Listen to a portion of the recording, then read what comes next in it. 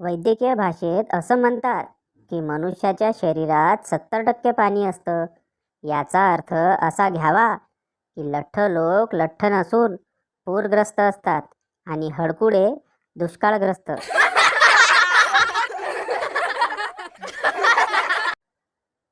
गरजेचं नाही की प्रेमात ताजमहलच बनवलं पाहिजे. तुम्ही भांडे घासून पण तुमच्या मुमताजला खुश करू शकता.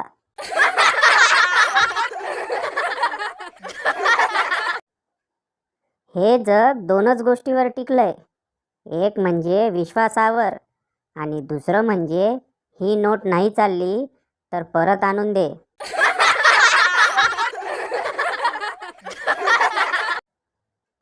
पहला दोस्त, यार शादी का मतलब क्या होता है? दूसरा दोस्त, धूमधाम से खुद की सुपारी देना.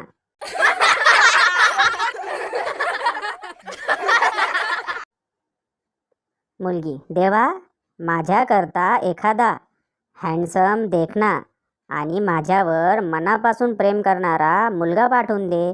देव, पाठवला होता पोरी, पण तूच त्याला भाऊ बोललीस.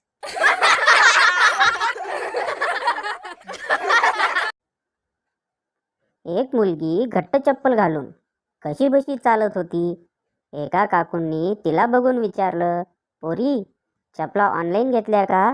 मुलगी, नाही काकू, झाडावरून तोडून आणल्या. काकू, पोरी गडबड केलीस. जरा अजून पिकू दिल्या असत्या तर तुझ्या मापाच्या झाल्या असत्या बघ.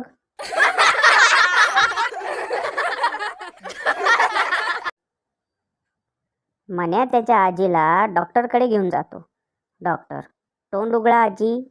आजी, तुझी बायको रोज संध्याकाळी शेजारच्या राजू बरोबर फिरायला जाते. मला यापेक्षा जास्त तोंड उघडायला लावू नकोस.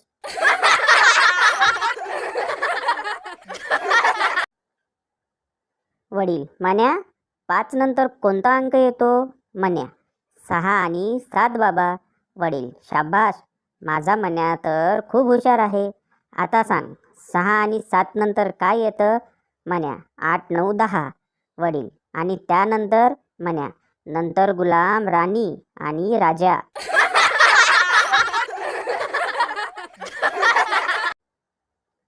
मन्या हॉटेलात जेवायला जातो. खाऊन झाल्यावर वेटरला 10 रुपये टीप देतो.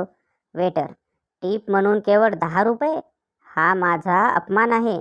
मन्या, मग काय म्हणणं आहे तुझं? वेटर, 20 रुपये तरी द्या. मन्या, नाही, मी तुझा दोनदा अपमान नाही करू शकत.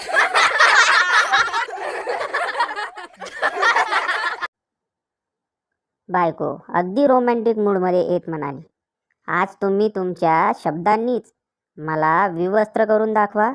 नवरा, तुझ्या साडीत झुरळ शिरलंय.